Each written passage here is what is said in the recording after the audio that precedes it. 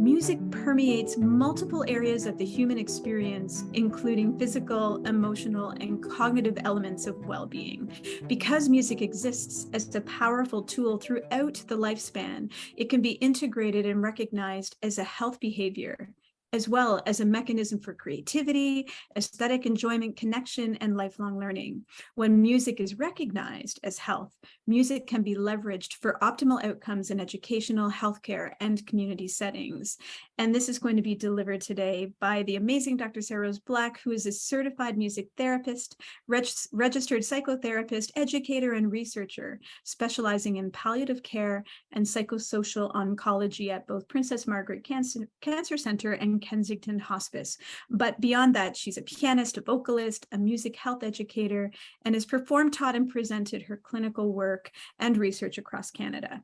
She's also on faculty at Laurier, which makes me happy. I'm a graduate of there, and currently serves as the editor-in-chief of the Canadian Journal of Music Therapy. It's my very, very extreme pleasure to welcome Dr. SarahRose Black. Dawn, thank you so much. It's an absolute pleasure to be here. Thank you for the very kind introduction. And I'm just, as always, so happy to be collaborating with Room 217 in the spirit of music care. So I'm going to start and get going. So thank you again. It's such a pleasure to be here today. And I hope this finds everybody well. It's always tricky when I can't connect with you all in person, but I trust that we'll have some great conversations in the chat, and I am very open to taking questions, probably towards the end, but if you have something you're just itching to know about or talk about, feel free to pop it into the chat anytime. So as Dawn mentioned so kindly, a little bit about my background. I come to you as a certified music therapist and registered psychotherapist, and all around sort of lifelong music advocate.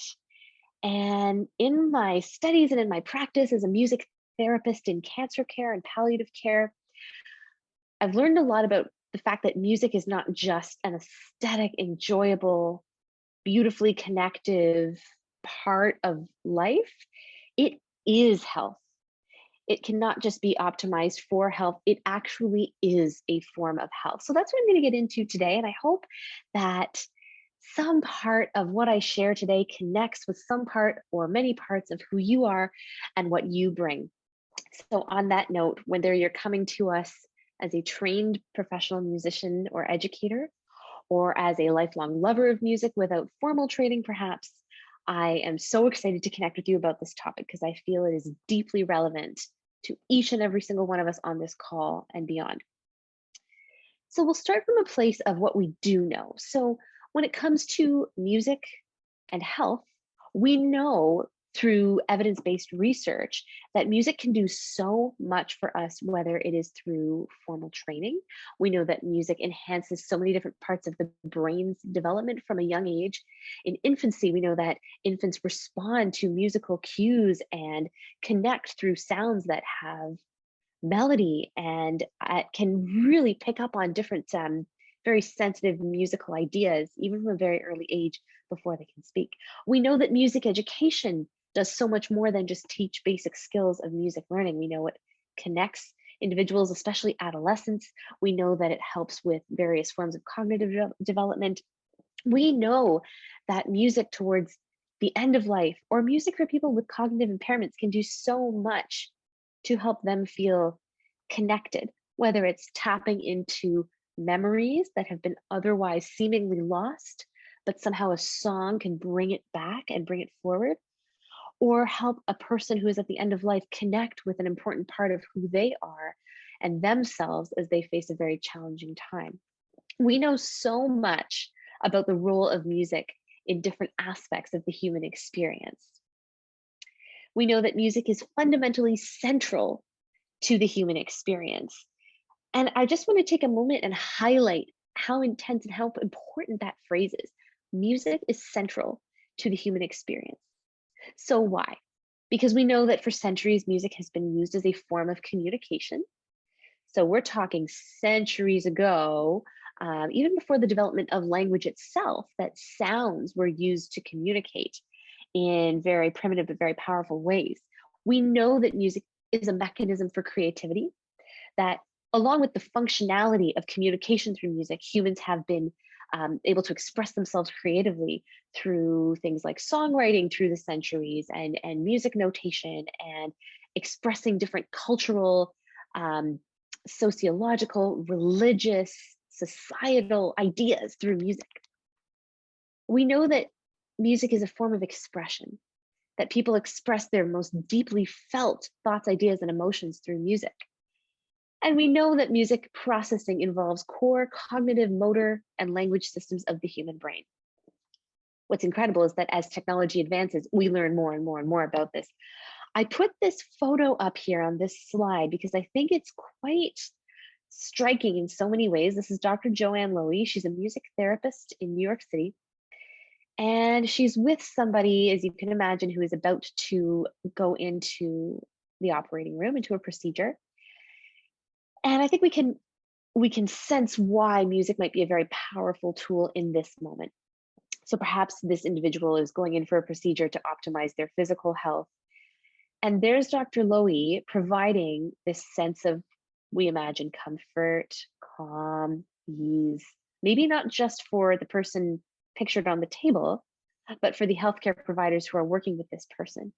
So perhaps the music is slowing down this person's heart rate and helping them feel comfortable. Perhaps it is a soothing, reassuring, comforting, familiar song that she is playing. And perhaps it's just bringing a sense of ease into the entire room. We also know that each and every one of us has a musical identity.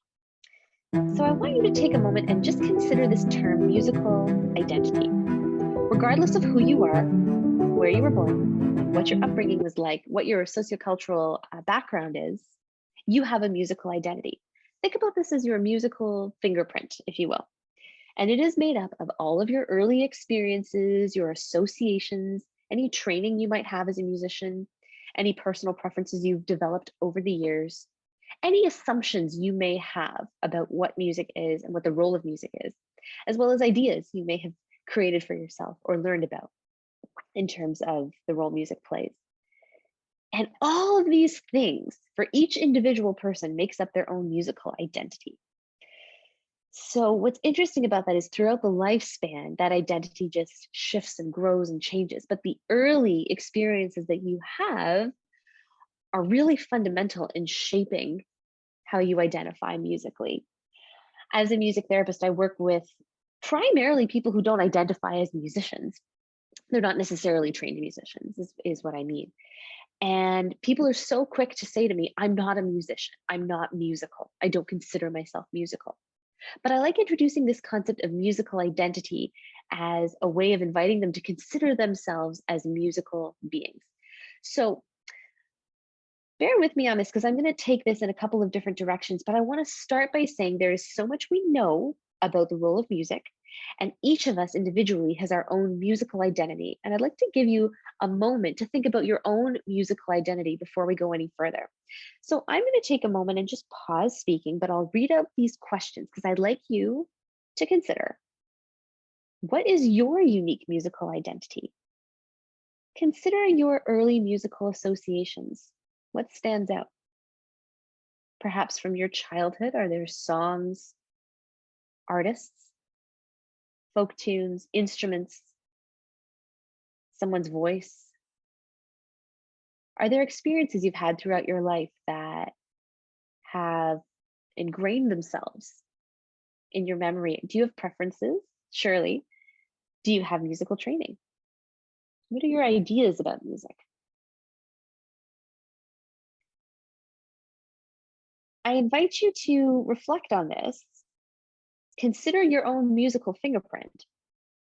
And perhaps this becomes an ongoing experiment that as you move through the world, move through your day, whether you are a professional musician, a caregiver, an educator, a person who is a lifelong lover of music, you regularly consider your musical identity and who you are as a musical being. And I think this is a really important place to start if we are going to talk about music as health. Because if we can't hold on to our own ideas and beliefs and assumptions and preferences with music, it actually makes it a little harder to think about music as a health behavior. So if there's one thing you take away from today, may it be that you have your own musical identity, your own musical fingerprint, which can morph and shift throughout your life. But this is the core of who you are as a musical person.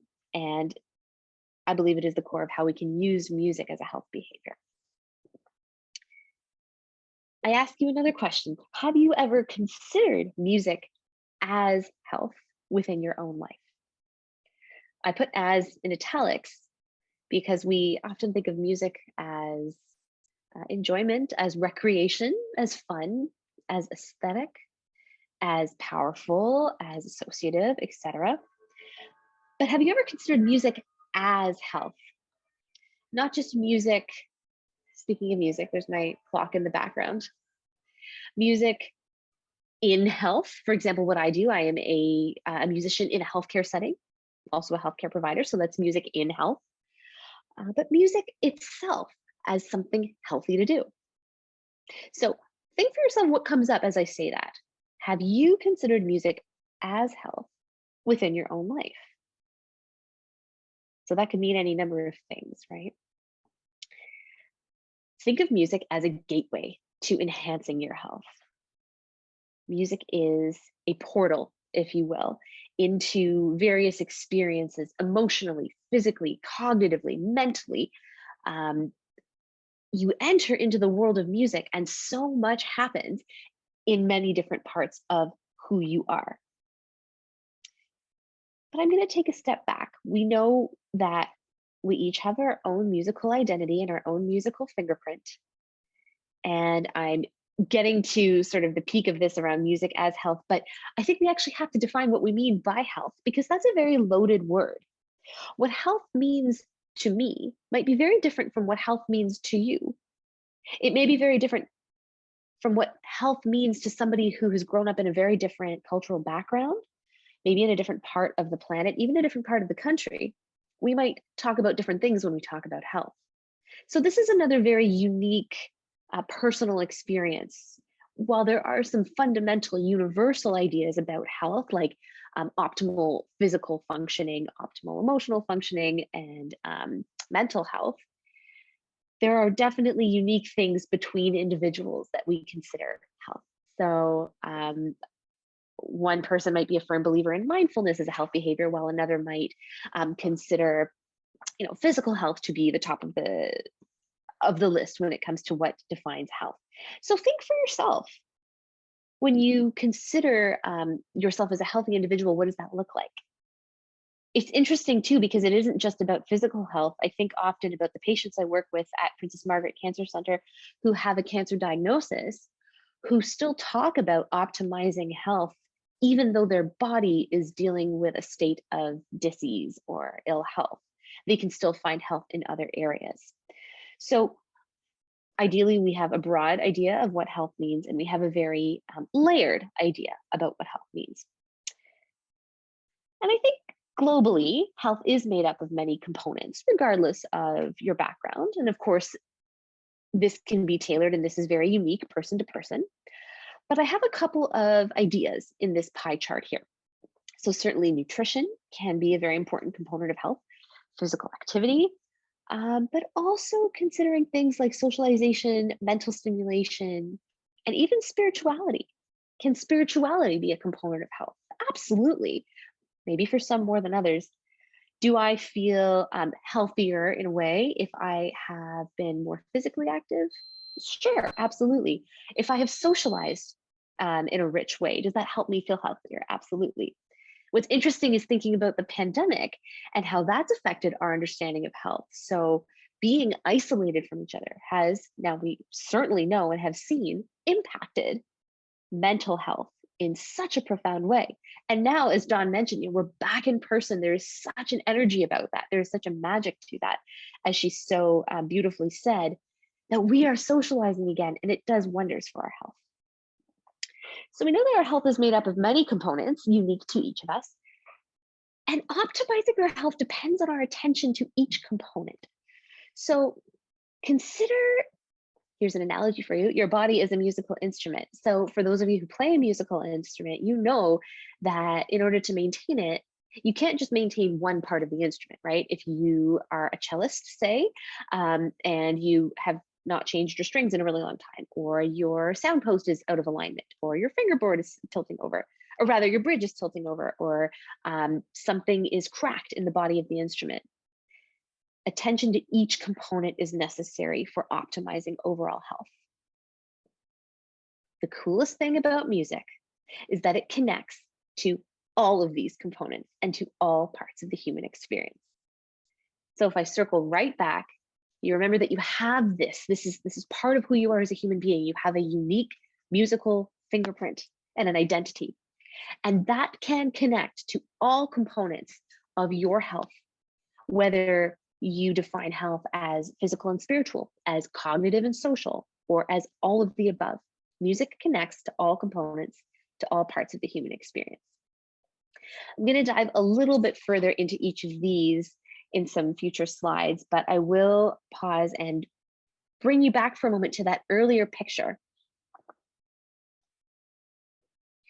of Dr. Joanne Louis. And if you think about those 5 areas that I had listed, physical, emotional, social, cognitive, and spiritual, taken actually directly from our music care level 1 training and level 2 training, consider how many different components of health are being addressed in this picture. There's absolutely the physical, and we talked maybe briefly about the emotional impact of having something comforting and familiar. Perhaps there's a cognitive ease for the healthcare providers who are feeling a little bit more relaxed, et cetera, et cetera. So thinking about that diagram and this particular picture, I think is quite striking if we revisit it. So moving ahead here. This is the second big takeaway, and I like to talk about this in any talk that I give because I think it is such an empowering way to be human. We are inherently musical. Again, I tell this to my patients who are often quick to say, no, I'm not a musical person. In fact, we all are, as I mentioned earlier. But I want to connect this directly to this diagram and these 5 components. You are inherently musical because human beings move through the world rhythmically. So think about as you walk, you are moving in a rhythmic way. You don't have to be moving evenly or at the same pace, but you, in fact, have rhythm in your body. Consider your heartbeat. Consider this internal rhythmic metronomic instrument in your body 100% of your lifespan. This is inherent musicality. It's with you all the time. The way we communicate is melodic. I mentioned that in infancy, infants tend to pick up on the ups and downs of our voices, this melodic prosody, right? If I spoke to you the whole hour like this, it would become challenging to stay engaged, right? Human beings communicate ideas with ups and downs in our voices. Human life in and of itself is cyclical, and music is cyclical as well.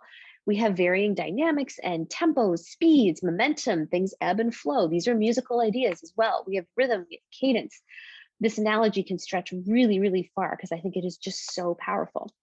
Your entire body is musical, and of course, your emotions respond to music. Think about that beautiful piece of music you hear and it just brings you to tears or makes you so happy you can't help but smile, or gets you so fired up and just enraged or passionate. This is your body and your emotions responding to music. So let's talk about mapping out music as health. Those 5 elements that I had in the previous slide can be, again, tailored to each unique individual, just the same way that your musical fingerprint can be tailored exactly to who you are and your experiences. So I put a couple of what I think are key components of human experience up on this slide. And I think key components of health as well. And I'd like to connect each of these, or many of them, to music. So we discussed physicality, which of course I mentioned, we have this internal metronome, we have a heartbeat, our bodies move through the world rhythmically. Our bodies also physically respond to music. Think about a dance party without music. Think about movement, or even like an exercise class without some kind of driving factor that increases our heart rate and gets us motivated to move. There's an actual physical response. It doesn't always have to be positive. If you think about a very, very loud sound, that we might jump, or we might cringe, or we might retract, or we might feel overwhelmed physically.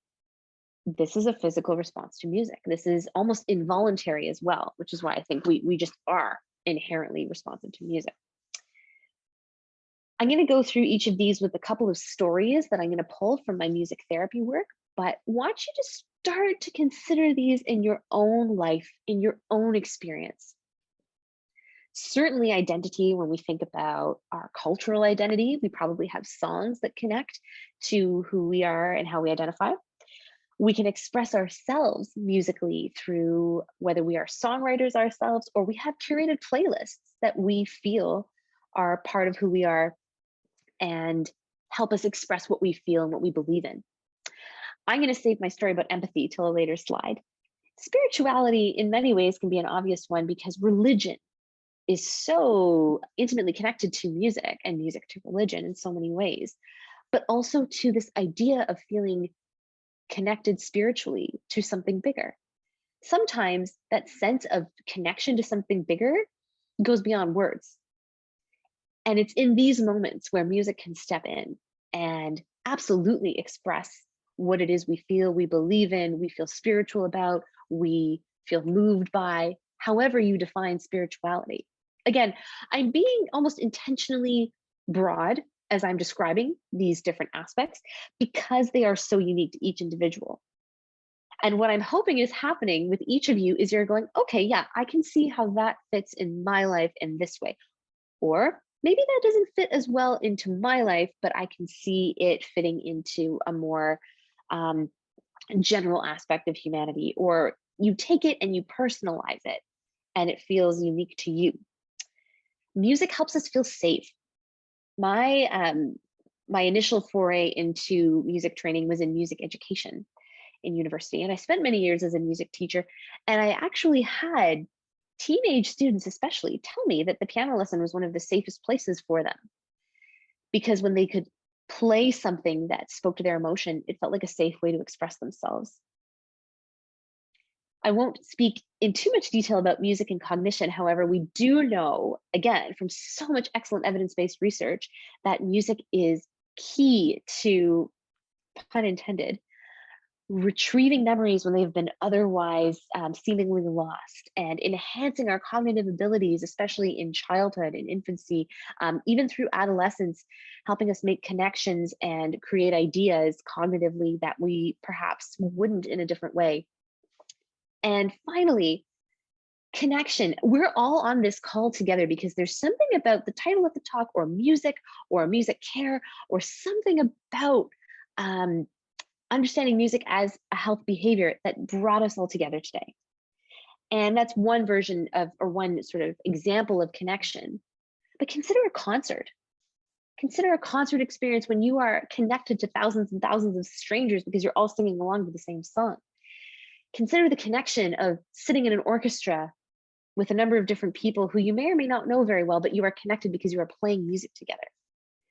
These are different components of health that are just so intimately linked to music. It's like they're inseparable. They're absolutely so intricately connected. So on that note, let me tell you some stories. Oh, before I do that, there are a couple of words on this slide that I think are fairly critical to consider. I wrote, consciously encouraging and considering the role of music. Consciously. That's a big piece. We probably all have lots of different musical behaviors that we engage in on a daily basis, whether you pop in your headphones and you go for a walk with some music, or you have music playing in the background in your car. But what happens when you're conscious about it and you consciously use music in these different areas? It changes the game. You become more aware, and I think you actually optimize the health behavior when you are more conscious of it. And the other really important piece of this slide is that it doesn't matter what your musical skill level is.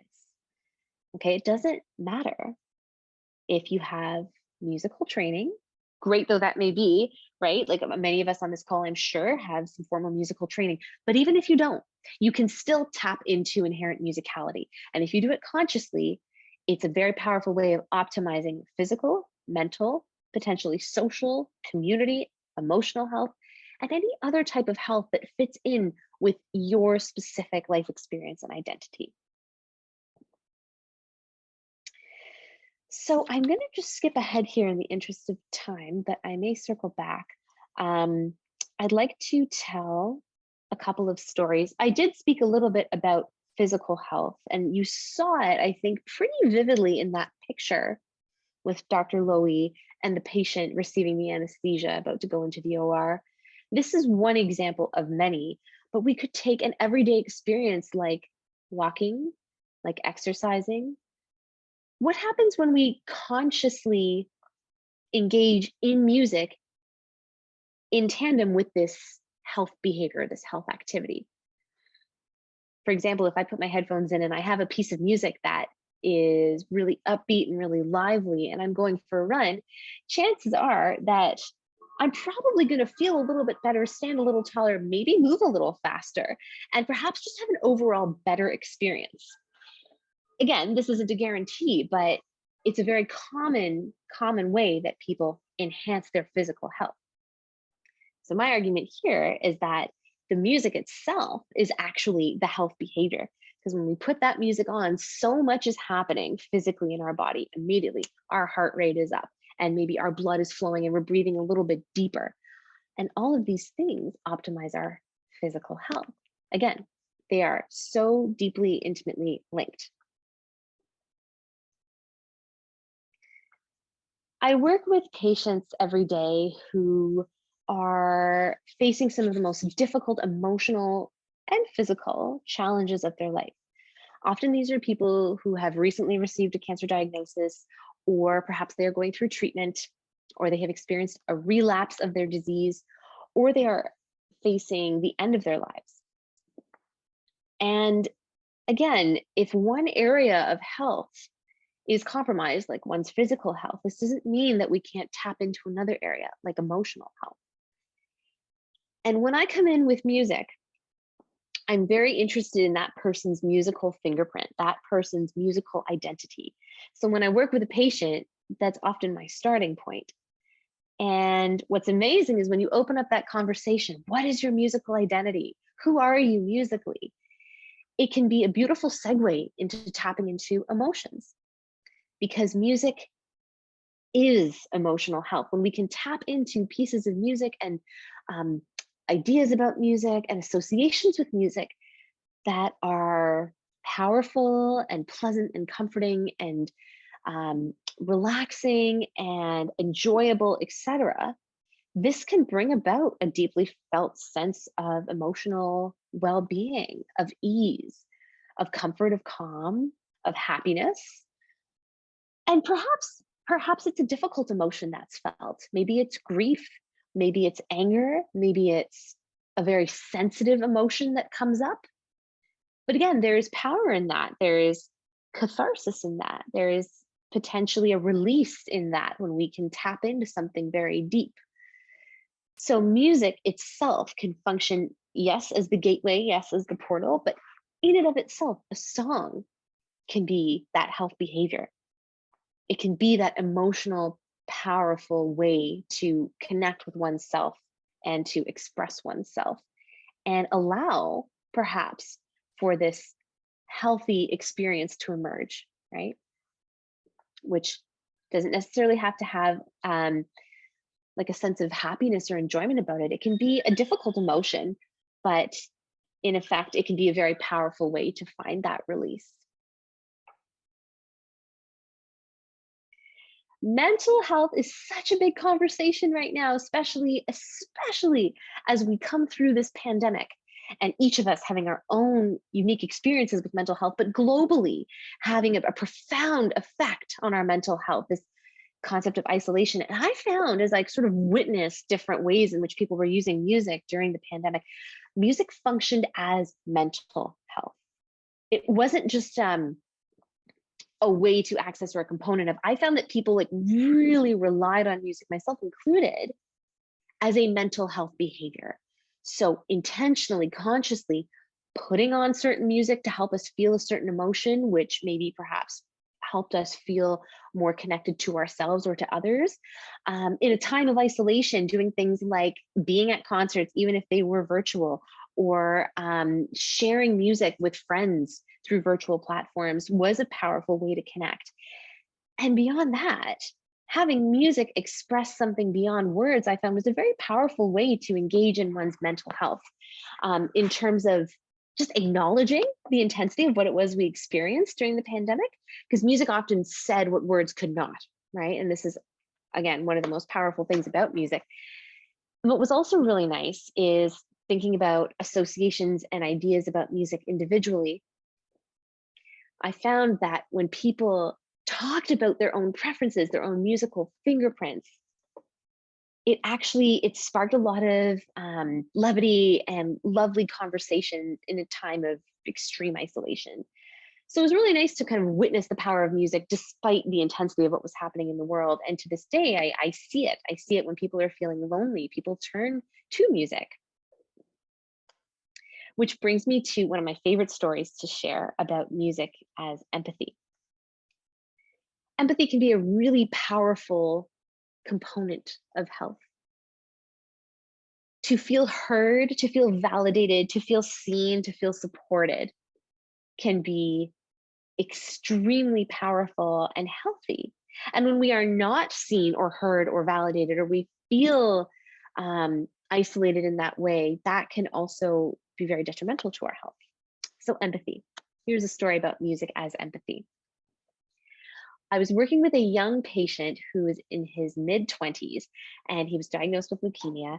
And he and I worked together for several years, actually.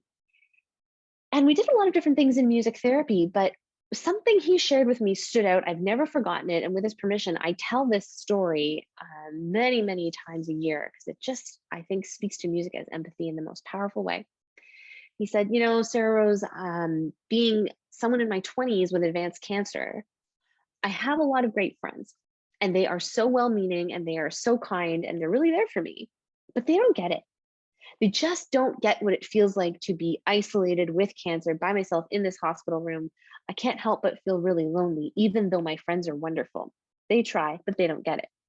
But music, he said, music is the friend that gets it.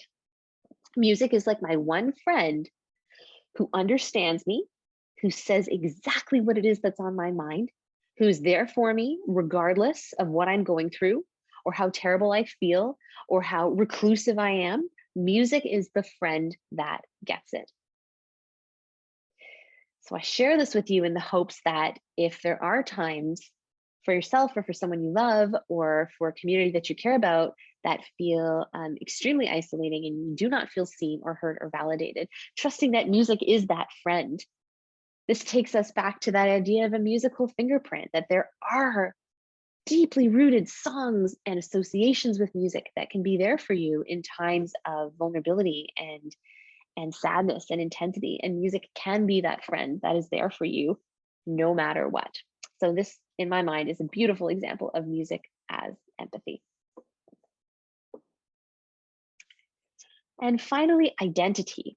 So music as identity. So this is sort of circling right back to what I talked about earlier, that you have your own identity as a musical person. And I invite you to tap into that whenever you need it, that you can know that it can change, but also think about it as something you can access at any time. And don't let anybody tell you that you're not musical. I know a lot of professional musicians who struggle with feeling proud of their musicality, but this is something that nobody can take away from you, that you always have within you. I think when we can feel confident about our identity, this can also be a health behavior. So confidence in one's sense of self, pride in one's sense of self, assuredness that there are components of oneself that we can feel really good about. This is a very healthy way to approach challenging situations. So if you know that you have that musical identity that you can build upon, that you can feel proud of and tap into when you have more difficult times in your life, or tap into when you're in a situation where you want to share something about yourself with somebody. And that could be as a teacher, that could be as a parent, that could be as a community member, as a friend. Feeling very intentional and proud of your musical identity as something that is part of your holistic health, and tapping into it when you need it can be a very empowering experience. And perhaps not something that we are encouraged to do, if I may say, as often in our society. I think our society spends a lot of time telling us that if we are not able to sing in tune, that we shouldn't sing. I've heard countless stories, and fortunately, I think that our education system has come a very long way. I don't hear those stories anymore, but people have spent years growing up in situations where they've been told that they are not musical. And may we undo that in future generations and for ourselves in the spirit of health. I'd like to offer one more story, and then I'd love to actually open it up and have a conversation with all of you. Because speaking of connection, I'd really like to know, who is on the call, and if anyone wants to share an anecdote, ask a question, connect with this idea of music as health. So I have a couple more slides, and then I'm gonna open it up to some conversation. But I'd like to share this story first. And some of you may have heard this story, but this is Greg. That's not his real name, but he was very, very open to having his story shared. And what he really wanted to do is connect to his wife. He wanted to connect to his wife because he was in the throes of very intense cancer treatment, and he wanted to do something special for her, and he wanted to do something that was more than words. So he said, SarahRose, I really want to just connect with her somehow. We've been separated. I've been in the hospital, and I don't see her as much as I wish we could see each other. How can I connect with her? And I said, well, maybe there's a song that connects the two of you that's very important to you. So doesn't he go ahead and order a violin off of Amazon? I kid you not. And it shows up at the hospital. This fellow has never played the violin in his life. And he said, I think what I want to do is I want to learn a piece of music for her on the violin to just show her how much I care and connect with her in that way. And sure enough, he wanted to learn Pachelbel's Canon in D.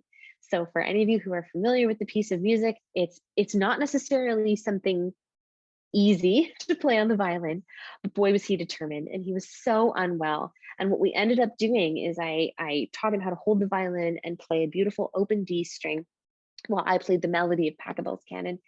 And he was just glowing. We recorded this, and he was able to gift it to his wife as a sense of connection for the two of them. And not just in the moment, but this became a connection years and years and years later. And unfortunately, Greg died a few weeks after this picture was taken.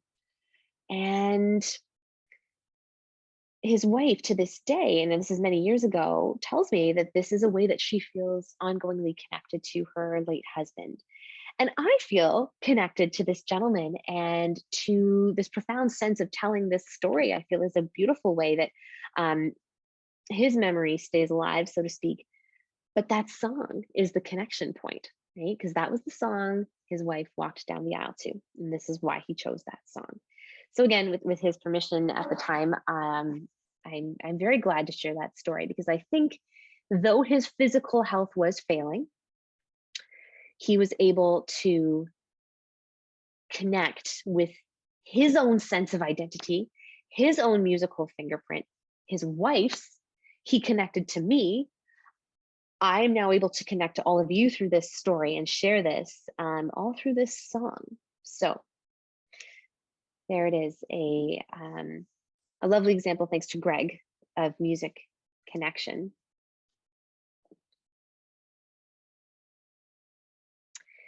I think this has multiple implications when we can really own music as health, whether it be physical, emotional, mental, spiritual, cognitive, social, community health, however you define health, and whatever your musical fingerprint is, may that be a really deep source of support for you, regardless of the different experiences that you may have and whatever life throws at you.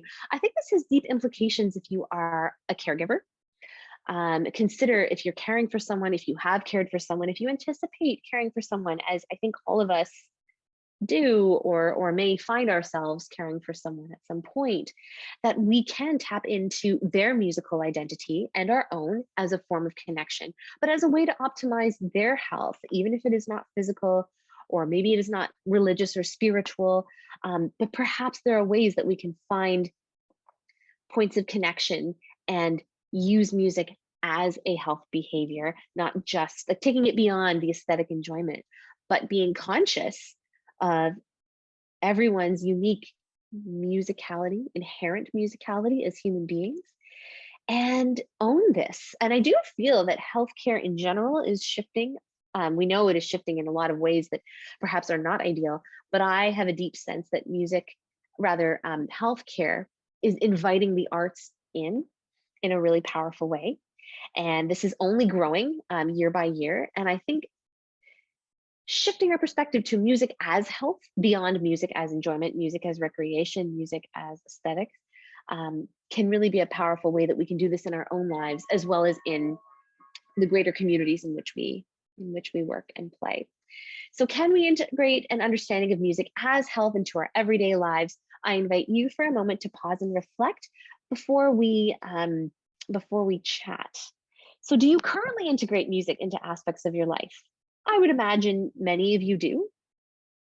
Do you already use music as a health behavior? I would imagine many of you do, even if it's not a conscious use, but maybe it is. And maybe you can take it a step further and be very conscious and think about what areas of health you might want to tap into right now, from where you're sitting right now in your own life. Where could you use a bit of music as health? What does that look like for you? Based on your musical fingerprint, based on your inherent musicality, because you are a human. Again, the beautiful thing about music is it can target all areas of music of health at one time, or you can tap into just one. But inevitably, if we put on a great song and we're dancing, that's good for our physical health, but it's also good for our mental and emotional health. So this is the beautiful thing, that music is so multidimensional in that way. So I hope that at the end of the day, you are able to consider music as health, because music is health. And when we connect these two words, I think extremely powerful things can happen on an individual basis, and also on a community and more global basis. I've seen it happen in healthcare, and I'm really high hopes, and I'm very optimistic that it continues in a really good way to just enhance the health, not only of us, but of our communities and our societies. So I think this is a really powerful path forward. I would love it if you had any questions, and I'm also very happy for you to email me if you like. I'm happy to connect. And again, I hope that some part of this connected with some part of you. I'm going to stop sharing my screen in a moment. I want to give you a second to take down my email address if you like. And then if there are any questions, I'd love to chat. I can also put my email address in the chat.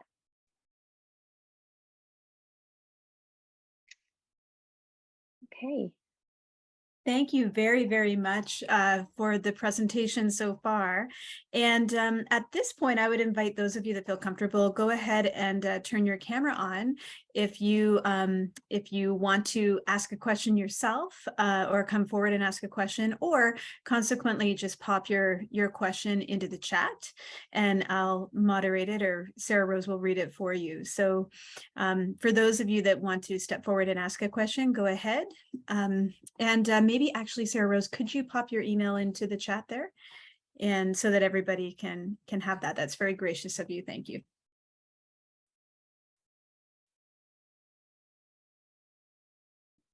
Thank you for the lovely comments that I see in the chat right now. Thanks. Yeah, the stories to go through all of those are very, very powerful. And as people know, the Room 217 is an organization built on stories of how music impacted um, the care experience for Bev and for others. Oh, we have a question there. Hi. Wonderful. Hi. Nice to see you too. Thank you, Chloe. And thanks, Trisha. And I have a Thank question, you. Sarah. Yes, how do you, as you've gone back, or as people have gone back, or you've heard of people going back into spaces after COVID, or we're still in COVID, but at this point, how are you seeing, you've mentioned that mental health is more important than ever, but are you seeing an increase in music and music being used to support psychosocial care?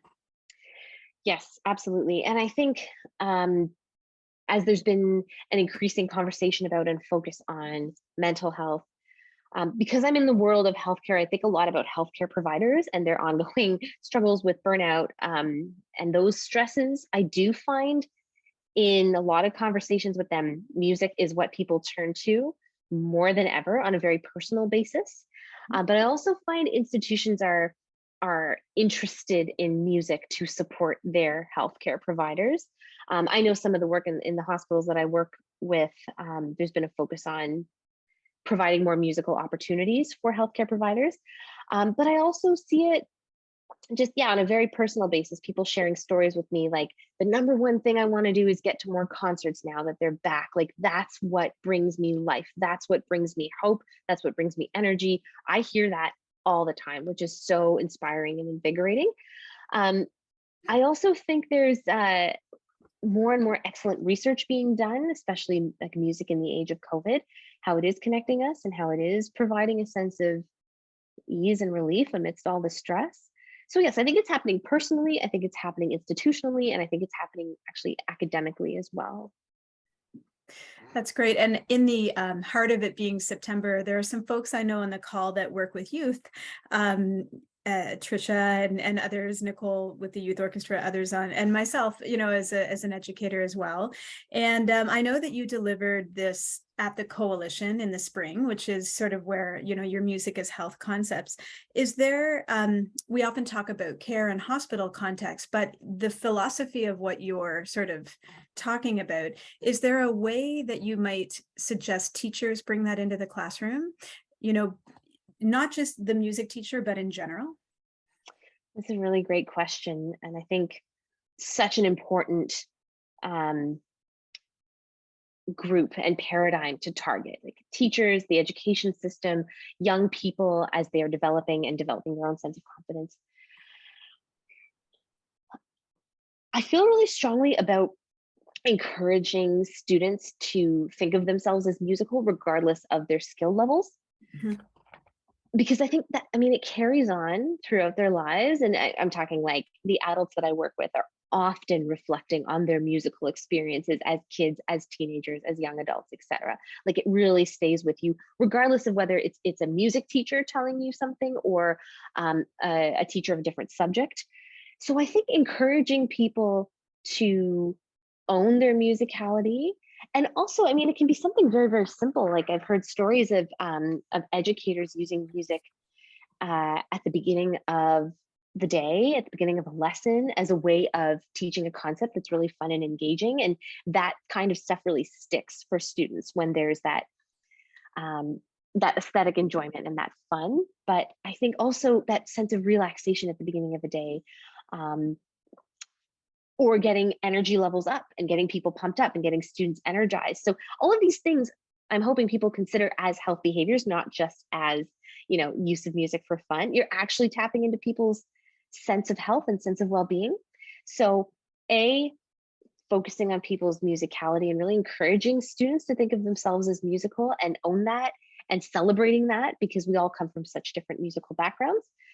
And B, using music in the classroom in fun and creative ways as help. So my class is really revved up. How do I do some relaxation with like a quiet listening experience that's 2 minutes long, but it really recalibrates and resets the room because it's bringing everyone's heart rate down and it's nice and slow. Or we have really low energy. How do I pump it up? How do I bring people that sense of liveliness? Can I put on a piece of music at the beginning of the day? It can be simple. It can be small things like that, but I think owning that and not feeling like you have to be an expert in music and health to do it. You really don't, right? You are an expert in music and health because you are inherently musical as a person. And the conversation about music as health, how new is that? That's a great question. So I think, as I say about music therapy, the concept is ancient. The conversation and the theory and the language is more recent. So I think in community music, in music therapy, in even music and sociology, like those fields, I do think these conversations have been happening, but I'm seeing it more pronounced, I'd say in the past couple of years. Again, though, it doesn't mean that these concepts haven't really been there. Like, they've been around for so long. And people often look at me and they're like, oh, music therapy, that's so new. Like, no, it's actually really old. Like, the idea of music in healthcare, in health behaviors, is very ancient. I mean, we're talking centuries old. But I think putting language to it and being intentional about it, I think the past few years, the conversation has really, really shifted, as it has about mental health in general. Our conversations are shifting. We have a long way to go, but I do think there's been a lot of good shifts recently. Great. Well, again, thank you so much. Lucy is sharing her appreciation of the stories. Oh, Lucy, thank you for sharing that. I'm so glad music is bringing you both comfort. Lucy, if I could pick up on something really beautiful that you said. I plan to play and record some songs and send them. That's really beautiful. And I wish your nephew just all the best and all the health. The idea of sending songs is so beautiful. And I love that you mentioned that, whether you yourself are recording and sending, but because of technology these days, sending a playlist, sending a song through an app like Spotify or Apple Music is so easy, or even a YouTube link. I like encouraging people to send songs to people they care about as like a little, instead of sending a text saying, hey, I'm thinking about you, which is lovely, here's a song for you. And I hope it brightens your day. And I hope it brings you blank, insert emotion. Kind of like a little musical postcard. It's so easy now, right? With so much technology, but it's also such a loving way to connect. Again, that's a health behavior in my mind, in the way that we would reach out to a friend who's struggling and say, hey, I see you. Do you want to talk? I'm here for you. Also a health behavior. Sending a piece of music, it's a very, very similar concept. So Lucy, thank you for bringing that up. That's really stunning. And I hope that some part of that resonates with each of you.